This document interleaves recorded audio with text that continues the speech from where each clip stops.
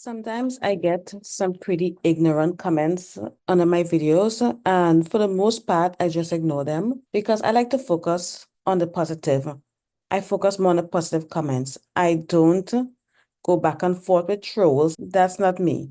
But this comment is not just ignorant, but this comment is so harmful. It's so harmful because if you believe that your only value is your beauty, femininity, and youthfulness, then you are in for a very rude awakening. Let me read this comment for you guys. A woman's status is her youthfulness, femininity, and beauty, not money. So let's dissect this and let me share some knowledge with you ladies. And this is a type of thing that I usually talk about on my Patreon. If this person had been following me since 2020, she would know how ignorant and misguided this comment is. And I'm assuming it's a woman because her name is Sunshine and Rainbows. So I'm assuming it's a woman. It could very well be a man, but let's assume it's a woman for the sake of this video. Some of the most toxic content that you will ever consume on the internet, ladies, are femininity content, soft life content, and sprinkle content. I know this is very controversial because I love Shira, but I say sprinkle content because that's what the girls on TikTok are calling it. We know her as Shira7, and we've been watching her videos for a long time. Well, the ladies that have been here, my OG members, okay? So we know that Shira said a lot of things, but people are only focused on the get your bag, get married so you don't have to work anymore. That's a part of the content that people are focused on. Because Shira has told us many times to start our own business, make your own money, stack your money. Shira has already told this, but people are just focused on getting the bag, scamming men, sprinkle. That's what people are focused on. But at the end of the day, while you focus on that, what are you doing with your life?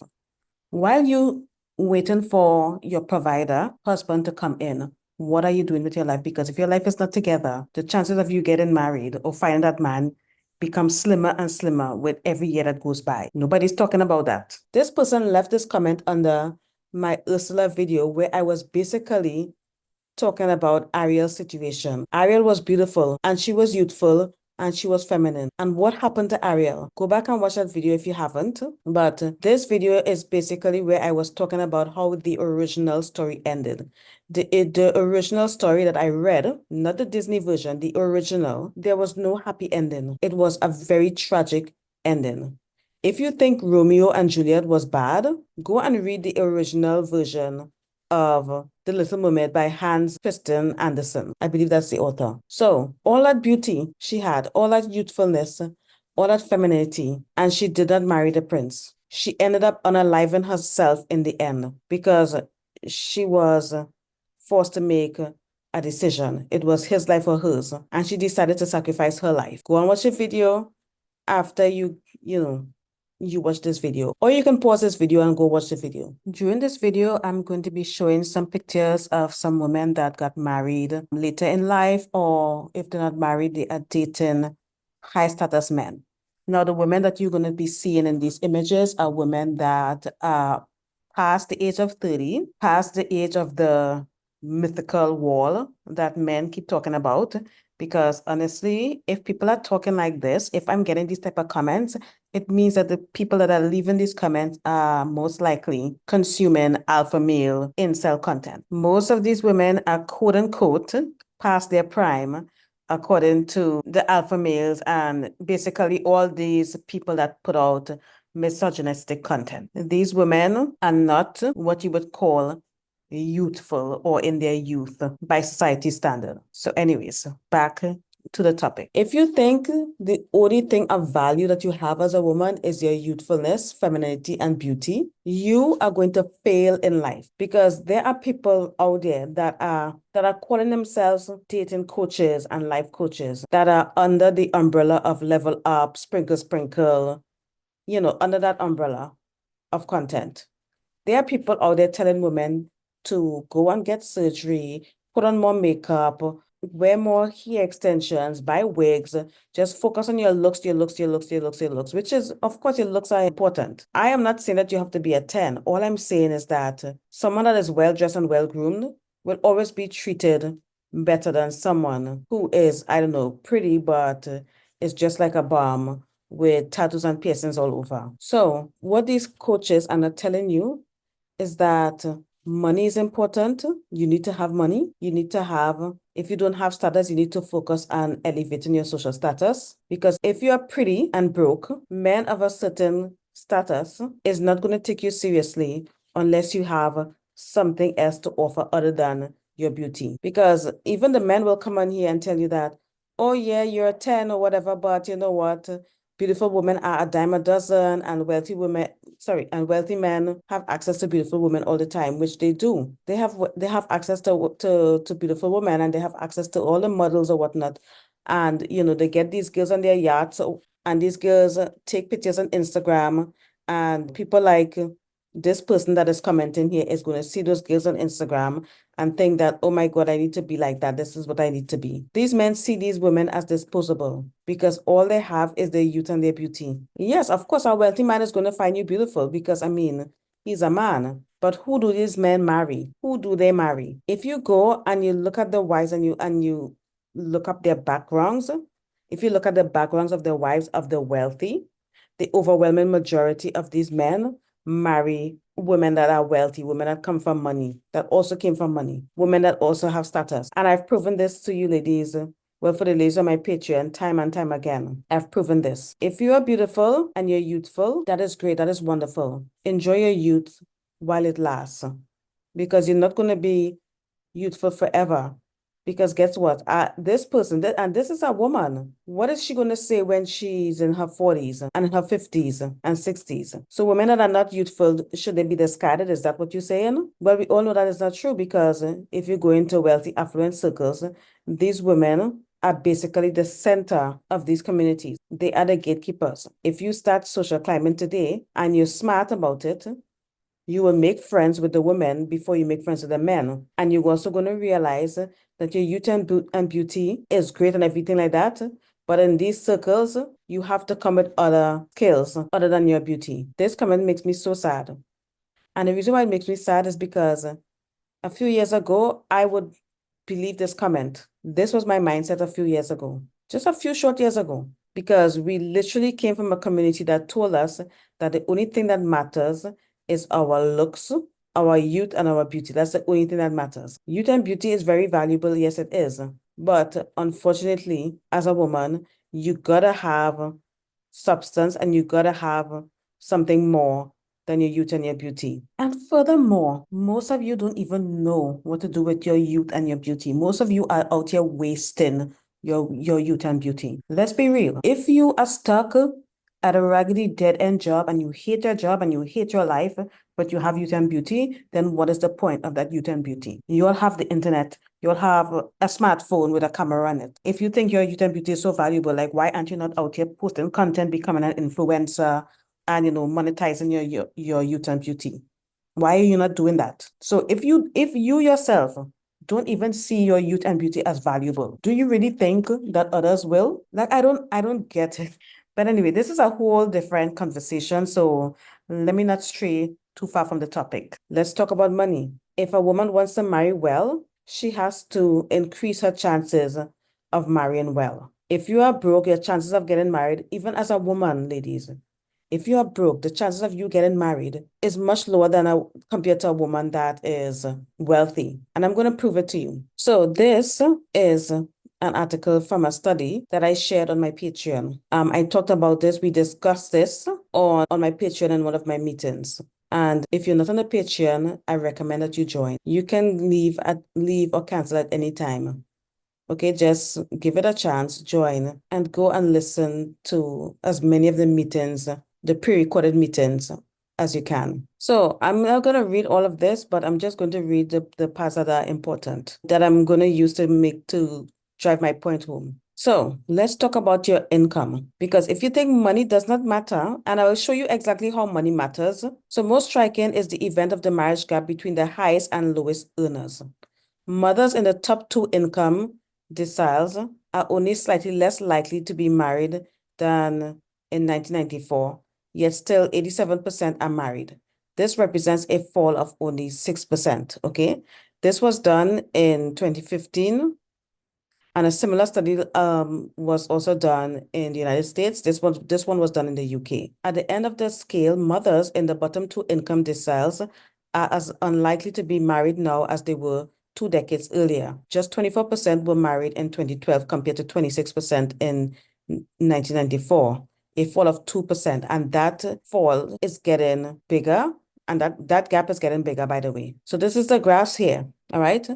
The green line are the richest women. This is mothers with children who are married by their income. And as you can see here, from 1994 to 2012, mothers that are wealthy are more likely to be married compared to mothers that are poor, compared to working class mothers. Now, this explains why there are so many single mothers in the Black community, because the Black community's problem is not race. The Black community's problem is generational poverty. So I shared this article on my Patreon. Y'all could go read the rest. Marriage is alive, well and almost universal among certain groups, yet rare and unusual among others. At the top of the list are mothers whose earnings are in the top two deciles, 87% of whom are married, followed by those with a degree, 83% of whom are married. Nobody, the women that are talking about femininity and stuff like that, they are not telling you this. They are not sharing this information with you. Because if they share this information with you, they will not make money. They will stop making money. Once you know this, once you know the truth will set you free, and you're not going to be chasing these dreams anymore. People are selling you all dreams. And the reason why someone came and commented that under my post is because they heard it from someone else. They heard it from someone else. So let's talk about a woman's status. A woman's status is important, especially in the dating and marriage market. Depending on where you are socially, will determine what type of partner that you're going to attract and what type of partner that you're going to marry. If you are poor, you are least likely to be married. If you're middle class, you're more likely to marry someone that is also middle class, or someone that may be slightly below middle class. That's if you settle. Because a lot of women, they settle because they are so afraid of being alone. If you're a wealthy woman, you are more likely to marry well. You're more likely to marry wealthy. Listen to me, ladies, listen to me. If you are not wealthy, but you are in wealthy circles, you are networking in wealthy circles, that increases your chances of marrying well. So let's talk about a woman's status. What makes up a woman's status? Her education. And I'm not talking about a woman that came from generational poverty and maybe they're the first person that got a degree and they go on dates and talk about my degree, and I got this degree. I'm not talking about those women. And I'm not talking about a degree specifically when I say education. But here are some things that will elevate your status as a woman and make you more desirable for higher quality men. And all of these things are outside of beauty. Because at the end of the day, when you look at these wealthy men's wives, the only thing that I can see that they have in common physically is that a lot of these women are very thin. That's a whole other video. A lot, not all, and a lot of them are not exactly what I will call beautiful. Not every wealthy man is Donald Trump and is looking for a model. So let's talk about your status. Your education is important. Why is your education is important? Well, the type of education that you receive and where you were educated. If you have an Ivy League education, most likely you already found your husband. That type of education ensures that you are exposed to a certain network. And this is a network that is not accessible to the majority of people in society. All right? So the rich people, as far as we understand from the hidden rules of class, which we discussed in our book club on the Patreon, rich people send their kids to school for networking. Think about it. Rich people have money. If they wanted their children to be educated, they can hire private tutors. But why do they send them to schools, certain schools and boarding schools and certain colleges and universities? You think they're just trying to get rid of their kids? No. They send them to these schools so that they can network with other wealthy kids. And when they grow up, those kids will be their friends, those kids will be part of their network, and they wouldn't have to leave their network to find a husband or a wife. So your education is important and the type of education. Another thing that is going to elevate your status is the ability to speak more than one language. That's another one. Another thing is your name, your family name. These are the kind of things that make a woman desirable for marriage because men care about status, especially wealthy men. They want to know who your daddy is. Or your father is not a politician. He's not running a Fortune 500 company. Your daddy name is not Obama. Who are you? If you don't have the name, that's okay. It's fine. But I'm just letting you all know these are the things that men of certain status look for in a wife. Because if these men wanted a pretty wife and a youthful wife, there would literally be no beautiful single woman. All the models and all the Instagram baddies, all those girls would be married off to someone wealthy.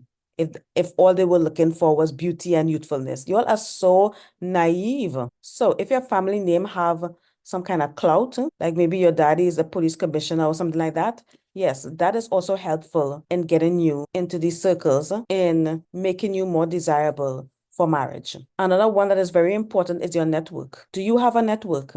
Do you all go to networking events? Do you belong to a private members club? Who do you know? If you have to search for jobs by sending out resumes, which is basically kind of like cold calling, but if you're sending out numerous resumes and sending DMs on LinkedIn and stuff like that to find a job, you do not have a network. Because guess what? If you had a proper network, you wouldn't have to do all of that to get a job because somebody in your network would have offered you a job or presented you with an opportunity to get a job. That's how you know if you have a proper network. If you have a good network, that network will introduce you to eligible bachelors. Meghan Markle's friend introduced her to Prince Harry. That's the type of network she's dealing with. Meghan Markle has money. She has the status. Yes, she has beauty. She's not very young. I mean, she's basically a middle-aged woman and she was a divorcee. So like, I don't know what you're talking about this youth. You're not doing too much. Anyways, another thing that's going to make you more desirable for marriage, not by a dusty, but by affluent men, is money. And here's why. You need money in order for you to be in those spaces. Because the only way for you to be in proximity of these people, you have to be in the same circles that they are in. And it costs money. You have to go to those galas, you have to go to those dinners, you have to pay for those private members clubs, you have to pay for the private membership club, you have to know about art. I'm a member of the art society in my country. Are you a member of the art society? What do you got going on? Do you have any hobbies? Do you play tennis? Do you play golf? Do you do activities that wealthy people do? Do you go skiing? Do you do any of those things? Those are the questions that I gotta ask you. Because if you sit out there thinking that all you need to bring to the table is your youth and your beauty and your femininity, and you ain't got no hobby, you ain't got no money, you ain't got no education, you don't have a network, good luck on your journey. That's all I can wish you. I can only wish you good luck. Because this comment is disturbing because I can't believe people still have this mindset in 2024. This is disturbing. I don't like it because if you are wrong money, you are wrong people with money, you see how they interact with each other. You learn about the things that make them tick. You know them and you are familiar because you're in those circles. You are a familiar face because at the end of the day, a lot of people marry what's familiar. That's what people look for in a partner, something that is familiar, which is why most people marry within their own class and in their own race. Yes, a lot of people intermarry. Okay, like they marry someone from a different culture, someone from a different race, someone from a different financial background. Yes, that happens, but that's rare. That is rare. Get off the internet and pay attention and look around you. Look at reality. Look at all the people that are married. And I can guarantee you, the majority of the people that you know that are married someone that of the same social status as them, someone that is probably earning almost the same as them. If it's a woman, maybe more. And they probably also married to someone of the same culture and someone of the same race, ethnicity, or whatever you want to call it. This is normal. My content is hypergamy and self-improvement. That's what I talk about on my platform, in my private groups and stuff like that. That's what we talk about. That's what we discuss. So at the end of the day, I do not believe in marrying down. I do not believe in level down propaganda. That's why I'm here. There's a lot of level down propaganda. A lot of people are invested in women making bad decisions and marrying broke men. But at the end of the day, I'm not going to come in here and tell you, girl, marry rich, and tell you, oh, all you need to do is be feminine and beautiful. If I tell you that, I don't care about you. I don't care about you if that's what I'm telling you. If someone is telling you that they don't care about you, they don't. So clearly you heard this from someone else. Gil, you know you didn't come up with this on your own. So, this comment makes me really sad. And I had to respond to this comment. I don't know if this person will come back and see this video, but ladies, you gotta shift your mindset. You gotta shift your mindset. Because at the end of the day, your beauty and your youthfulness is temporary. I'm not even going to talk about the femininity part because if you're a woman, you're already feminine by default. Okay?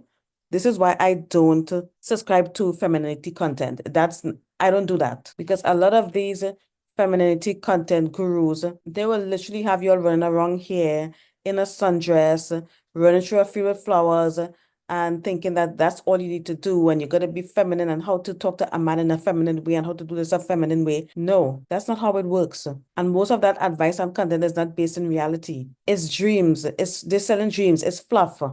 Most of them. And if your femininity guru is not teaching you about dark feminine and how to harness dark feminine energy and how to use it to your advantage, that person does not care about you or that person doesn't know what they're talking about. These people are just out here making the content because they're getting paid to make the content and they will just say whatever and they will tell you what you want to hear. So what you need outside of beauty and youth, you need money because it costs money to be in those circles. It costs money to have those affluent hobbies. It costs money to be a member of a private membership club. So you need money. You need an education. If you are not formally educated, get educated about something that rich people care about. Art or wine, those are an easy go-to. Interior design, that stuff, like, rich people are really into that stuff. Get educated and specialize in something. Get a network. You need to start networking and making connections. And last but not least, if you came from a family of nobodies, and of course your family is somebody, but if your name is not a name of status or clout, try to get some clout. One thing that Meghan Markle had was clout. She was a Hollywood actress and she had a Hollywood network. And she was also a member of a few private members club. The person that introduced her to Harry was someone that she met through her network. And they were also a member of the same club that they belonged to. I don't know, maybe become an influencer or get into philanthropy or some kind of thing like that. Start doing that. This is not easy work. This is hard. This is the hard work. And this is why I don't have a lot of followers, because I make you do the work. I am not here to tell you what you want to hear. I like to come on here and make my commentary videos and stuff like that here on YouTube, but like the majority of the body of my work is private. You either have to be a member of my Facebook group or you have to be a member of my Patreon to have access to the majority of my body of work. I come on here and I talk about different things because I'm trying to connect with you ladies. But at the end of the day, if you decide to come under my coaching, you're not gonna recognize yourself in a couple years. You're gonna be like, wow. But anyways, and guess what? I do all of that without selling courses. I'm not gonna sell a course on here. So anyways, I do not know what this is. I do not know if this was a rant or whatnot, whatever you want to call it. It's literally 2 a.m. in the morning. I just came back from an event and I'm just sitting here and I got this, this ping and I look at my phone and I saw that comment and I'm like, oh my God, really? So yeah, I'm not gonna replying to comments with a video on YouTube is like I wish they would make it easy like they did back in the day. Like you make it possible to reply to a comment with a video. Like YouTube need to bring that feature back. That was a feature they had back in the day. Like you could know, actually, no, not comments. You were able to reply to videos. It doesn't matter, but they need to bring that feature. Anyways, thanks for listening.